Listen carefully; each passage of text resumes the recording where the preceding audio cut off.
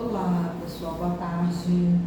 Sou Carla Marques, socióloga e doutora em políticas públicas pela UERJ.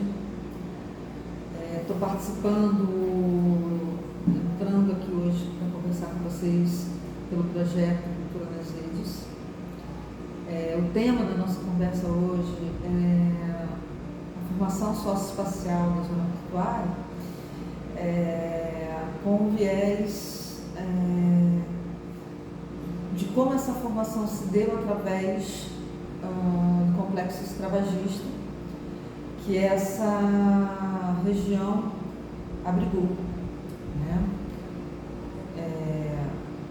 A zona portuária, durante os séculos XVII, XVIII e XIX, era conhecida como região do Valongo, né? Que compreendia Saúde e Gamboa.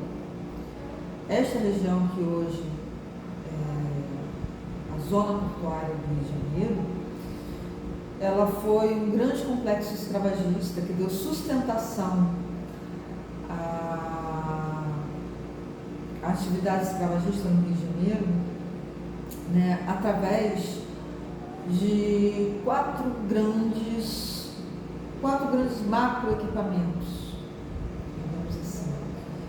Primeiro, e depois que eu vou detalhar ao longo da nossa conversa. O primeiro, né, foi o mercado de escravizados, que funcionava na Rua Direita e foi transferido para cá, né? Lembrando que a partir de 1763 o Rio de Janeiro passa a ser a capital da colônia portuguesa no Brasil, né? Então, assim, todo o mercado, todo o desembarque de africanos se dava na alfândega da Rua Direita. E foi transferido para cá, entre 1774 e 79, mais ou menos, eu não vou precisar, mas foi nesse período de tempo. O segundo grande equipamento que deu sustentação, né, à economia escravagista, ao complexo escravagista aqui no Rio de Janeiro, que veio para a zona portuária, que veio para a região do Valongo, é o Cais do Valongo, né? Obedecendo a logística, né, de desembarque desses africanos. Ora, se você demorava-se um tempo imenso para trazer esses africanos da Praça 15, da atual Praça 15, para cá. Se você pudesse colocar na perspectiva a construção de um cais para atender, né, a essa finalidade, o cenário seria perfeito, né? Eles já desembarcavam aqui e vocês tinham mercado e eram distribuídos, né? Terceiro grande equipamento que a gente vai falar é o cemitério dos Pretos Novos, onde a gente está gravando hoje, né? A gente está gravando num sítio arqueológico, o cemitério dos Pretos Novos. Hoje ele é mantido, o seu guardião é o Instituto Pretos Novos, que foi criado para manter e preservar essa memória. E o quarto equipamento é o lazareto, né? Era um hospital voltado para atender os escravizados, né, na lógica também da mercadoria. Considerando que os africanos, né, tinham um preço alto, né, dentro do mercado brasileiro, perder-se mercadoria, né, não era, claro, um bom negócio. Então, os três principais traficantes de escravizados no Brasil, no caso no Rio de Janeiro, construíram, né, com a aquiescência da municipalidade no Marquês de Lavradio, o lazareto para poder recuperar essa mão de obra, né? Bem, agora eu vou falar pausadamente e vou estruturar melhor a fala a respeito de cada um desses, da formação socioespacial do Valongo, né, da zona portuária, objetivo, né? Por que é que o Valongo ele vem a ser uma área que aqui era um pântano, né? né? Um pântano, onde a praia vinha até ali onde fica a Pedra do Sal, né? Ali até o Largo São Francisco da Prainha. Valonga era um vale longo, né? Que se formava nas enseadas aqui dentro. Ficava a noroeste, né? A zona portuária fica a noroeste do centro financeiro da cidade hoje. Então, portanto, a sua localização geográfica era uma localização periférica. E, como eu disse a princípio, com a assunção do Rio de Janeiro, a capital da colônia, né, a gente teve um afluxo de prédios públicos muito grande naquela região considerada a centralidade política e administrativa, aquela região da Praça 15, do Paço, por aí. A gente teve um afluxo grande de prédios, de pessoas, das elites portuguesas e brasileiras que ocupavam aqueles espaços. Isso acabou gerando, né, um certo mal-estar para essa elite, né, para essa elite que queria se europeizar a qualquer jeito, de qualquer jeito, né? Então, assim, a ideia era não se misturar, né, as atividades nobres da capital, da colônia, né, com as atividades pueris, né, como, por exemplo, trazer pessoas forçadamente de África para cá, né, tráfico de pessoas. Nesse sentido, começou-se a ter uma pressão para que o mercado de escravizados, o mercado de africanos, fosse tirado, né, fosse remanejado de perto do centro político da cidade do Rio de Janeiro. Essa reivindicação foi feita principalmente, né, pelos administradores da cidade, mas também por aqueles latifundiários escravagistas que ficavam, hoje a gente pode dizer, no Médio Paraíba, no estado do Rio de Janeiro. Por que eu estou falando isso? Porque estes que viviam no Médio Paraíba, os latifundiários ali, entendiam que levavam uma desvantagem muito grande perante aqueles traficantes ou mercadores de pessoas que viviam no centro da cidade do Rio, né? Ora, quando chegavam as embarcações, esses mercadores centrais estavam muito perto, né, dessas peças, dessas pessoas que chegavam, e logo escolhiam e compravam as melhores. Quando esses escravocratas do Médio Paraíba chegavam para comprar pessoas para levar para lá, digamos que o que sobrava para eles já não era tão interessante. Então, era também, de uma certa forma, uma reivindicação desses escravocratas, afastar o mercado do seu porto, né, do porto da alfândega que funcionava ali na Praça 15. Bom, Marquês de Lavradio, entre idas e vindas, fez a transferência. Em 1774, o mercado de escravizados veio para cá, para a região do Valongo, né? E aí, como eu falei anteriormente, existia uma necessidade de uma logística, né? Na verdade, o cemitério dos Pretos Novos, ele é instaurado, ele é implementado, né, logo depois do mercado de escravizados. E aí vocês podem estar perguntando quem eram os Pretos Novos. né? Os pretos novos eram aqueles, em geral crianças, adolescentes, que não conseguiam suportar os horrores, né, da viagem de África até o Rio de Janeiro.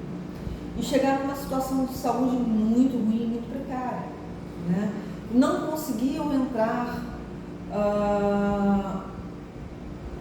na sociedade mercadológica escravagista, né? Eles ou já chegavam mortos ou muito doentes. Nesse sentido, eles eram jogados num Campo Santo, que ficava na Rua do Cemitério, que é o atual Pedro Ernesto, sem nenhum tipo de iluminação, sem nenhum tipo de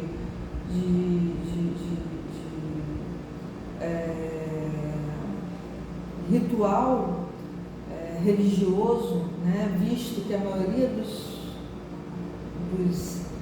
africanos que aqui chegavam eram bantus. Essa questão da religiosidade, dessa ligação entre vida e morte, era muito importante, né?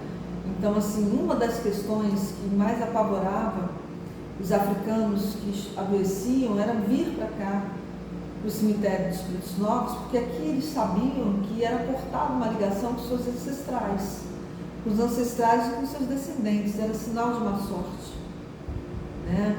Porque a morte bem conduzida, a partir da ancestralidade banto, ela designava uma boa sorte para as futuras gerações. Aqueles que vinham parar aqui, né, que tinham infortúnio de vir para o cemitério dos Pretos Novos, sabiam que iam deixar um legado de pouca sorte aos seus, né? Então, era mais um horror por qual essas pessoas passavam. O Cais do Valongo também foi construído na gestão Marquês Lavradio, né, como eu falei um pouco atrás, né, anteriormente, para dar a sustentação logística do desembarque e ter menos perdas humanas, né, que, claro, na cabeça dos mercadores de vidas, né, não eram humanos, mas eram mercadorias, para ter menos perdas de mercadorias. E o lazareto era para tentar recuperar os africanos que adoeciam, os escravizados que adoeciam e que tinham alguma chance de voltar, né, a serem para o mercado e serem vendidos. Bem, todo esse processo começa a ter algum tipo de restrição em 1830, né, com a lei de restrição do tráfico negreiro, né, da Lei Feijó. E muita restrição a partir de 1850, com a Lei Eusébio de Queiroz, forçada, claro, né, por uma restrição imposta aos navios negreiros, né, feita pela Inglaterra, que tinha muito a ver com um novo tipo de produção, né, cujo a mercadoria escravista já não interessava mais, né? Não vamos nos iludir que foi por uma questão de humanidade, mas foram por questões econômicas. Nesse sentido, os traficantes e mercadores de escravos, de escravizados, já sabiam, né, que a qualquer momento a lei que proibisse a entrada de africanos no Brasil viria. O primeiro quartel do século XIX, segundo Mary Keres, nunca entrou tanto africano no Rio de Janeiro quanto, né, nos 50 primeiros anos, porque se sabia que a qualquer momento a proibição viria e ficaria proibida entrar.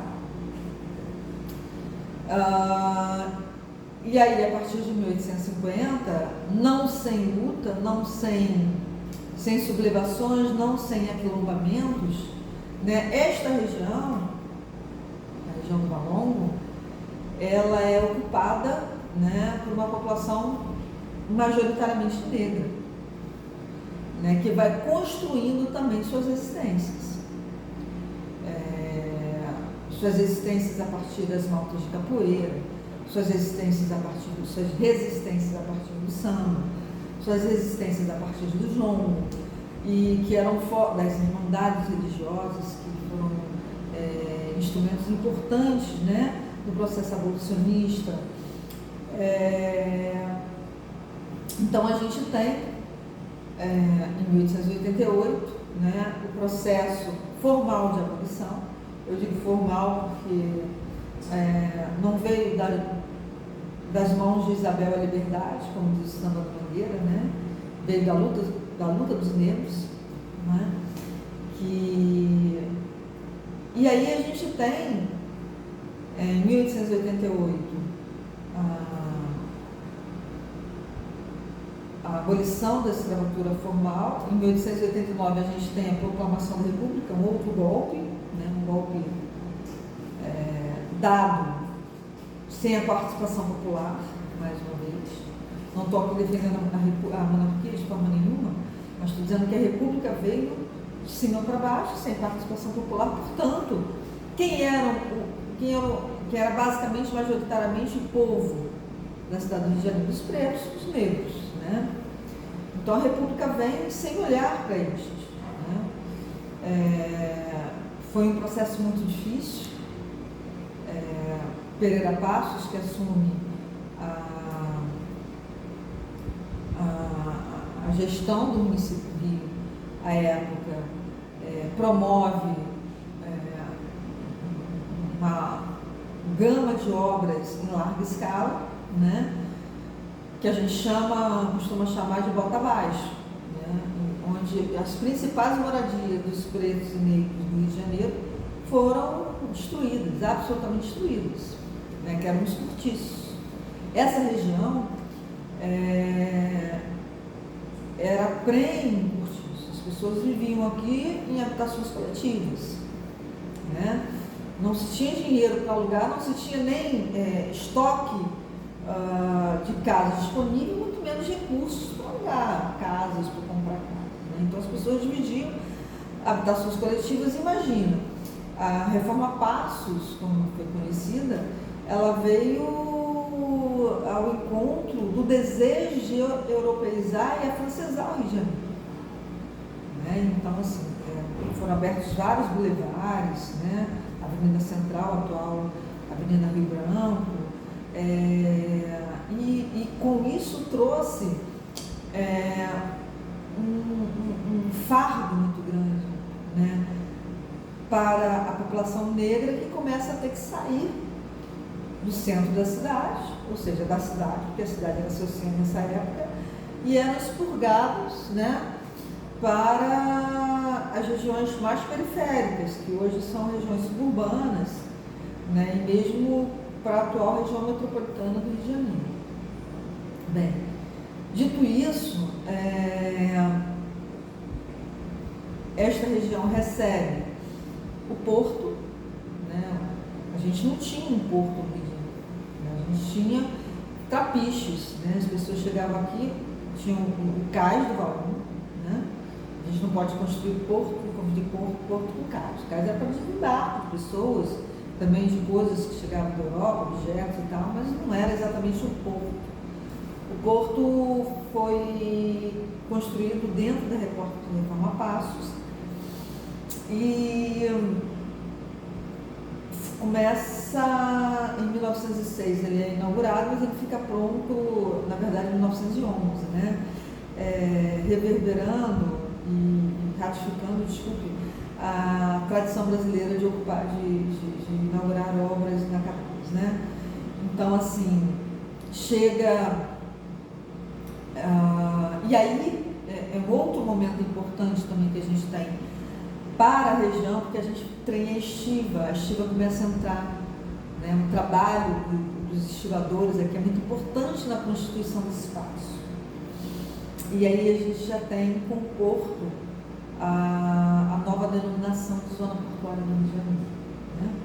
Que aí você tem os bairros da Saúde, Gamboa, Santo Cristo, e mais toda a ponta do Caju, toda a parte do Caju que engloba essa região. E assim, é uma região que já nasce, né, gente, que a gente conversou até agora, com um estigma muito forte de sofrimento, né? Não que essa região seja uma região pesada, uma região de sofrimento, ao contrário. Eu adoro isso aqui, né? Acho que é um lugar que eu escolhi para fazer meus trabalhos de pesquisa, mas também para trabalhar, né? É uma região que ainda mantém uma sociabilidade, uma forma social, uma forma de se viver, de se experienciar urbano, urbanidade muito própria, né? A gente está aqui na Gamboa, na Saúde, no Santo Cristo, no Morro da Providência, no Morro do Pinto. A gente parece que a gente está fora da cidade do Rio de Janeiro, quando a gente está no centro da cidade do Rio de Janeiro. Então a gente convida vocês para virem aqui, porque é uma experiência fantástica, aqueles que não conhecem. Bom, e aí a gente tem duas outras grandes próteses urbanas, né, que vão apartar ainda mais a região portuária do restante da cidade, né? E essa segregação que a zona portuária sofre devido às reformas urbanas, de certa forma, ajuda a preservar também o seu casario. Eu vou explicar o porquê. A primeira grande prótese urbana que segrega a zona portuária do Rio de Janeiro é a Avenida Presidente Vargas nos anos 40. Né? E aí é um problema sério que a gente tem do ponto de vista cultural também, porque a zona portuária, a Avenida Presidente Vargas, ela divide a Pequena África, né? Tanto que a Pequena África era tudo isso aqui, né? Era Saúde, Gamboa, era Pedra do Sal, era também Praça 11, né? Então muitas vezes perguntam onde é que nasceu o Tchociata. O Tchociata nasceu na Bahia, claro. Mas aonde morou, aonde nasceu o samba? Bom, o samba nasceu na Pequena África, né? O samba nasce lá no final do século XIX, começo do século XX, onde a Pequena África era tudo isso, né? Onde os negros e os pretos transitavam de um lado para o outro sem nenhum tipo de preocupação espacial, né? De se localizar espacialmente, de ter essa preocupação. Quando é feita a Presidente Vargas, mais uma vez a gente tem esse processo de destruição urbana em larga escala, né? E aí você divide a Pequena África, né? A parte noroeste da cidade fica a zona portuária, Saúde, Gamboa, Santo Cristo, e representada pela Pedra do Sal, Pequena África representada pela Pedra do Sal, Tchociata, Amaraí, né? E também a outra parte da Pequena África é a Praça 11, né? Estácio, Praça 11, por onde essa turma de baianos, pernambucanos, que chegam ao Rio de Janeiro, que fundam o samba, né? Vão transitar. E aí a gente tem começa a se fazer dificuldades, né, de transitar nesses espaços. Começa a ficar muito longe, né?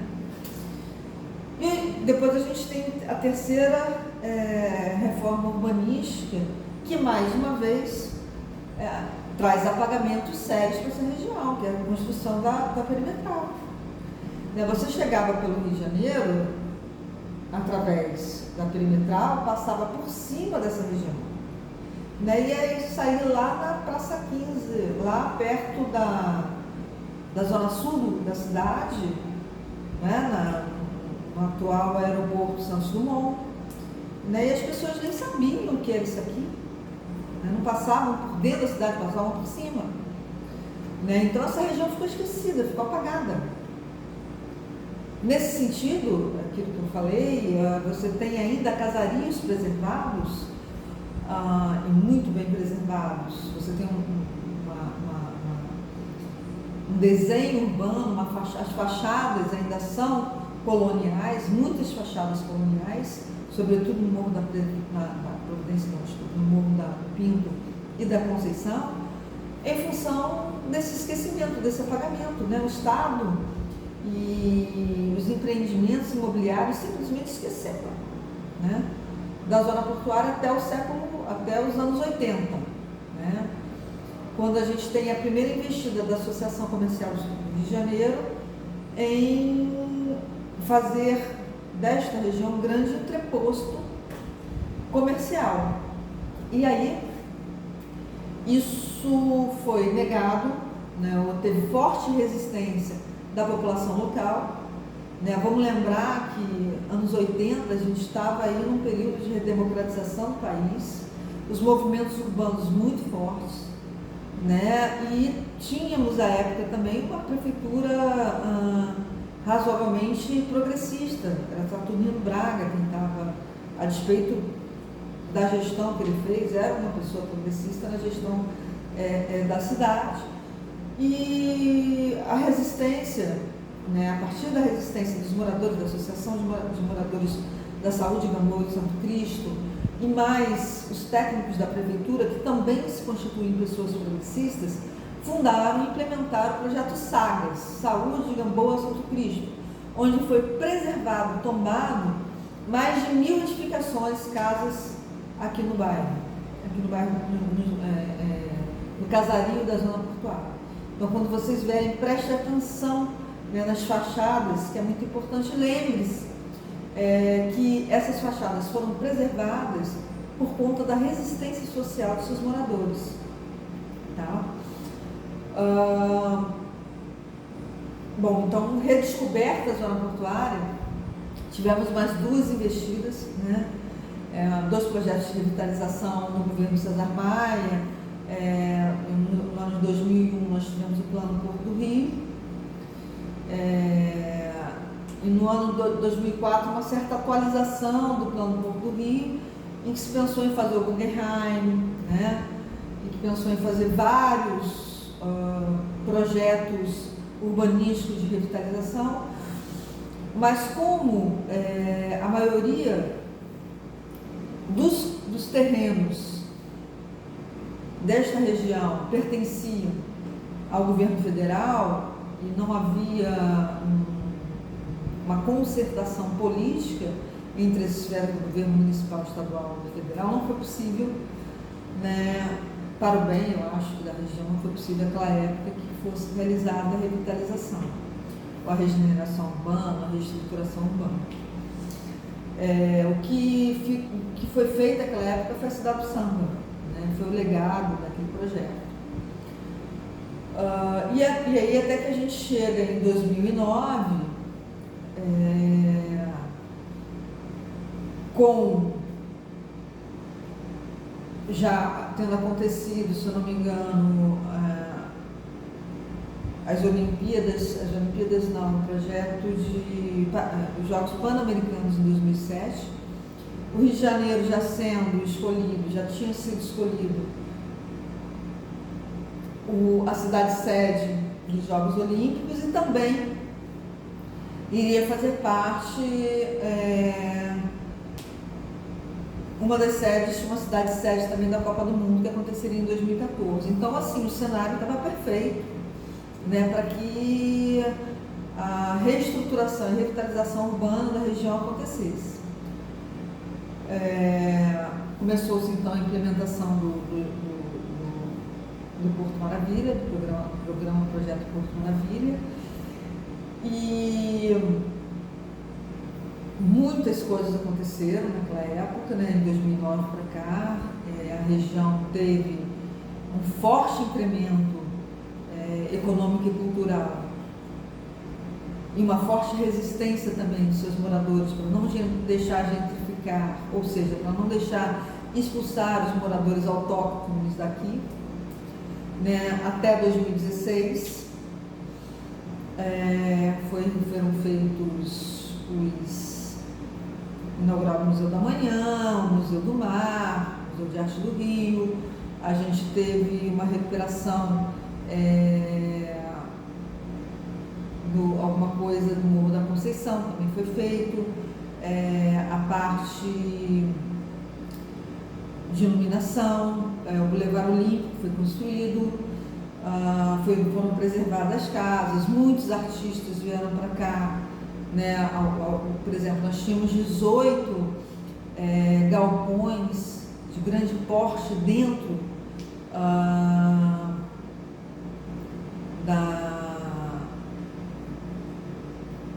dos bairros portuários, que servem hoje de locações para cinema, para teatro, né?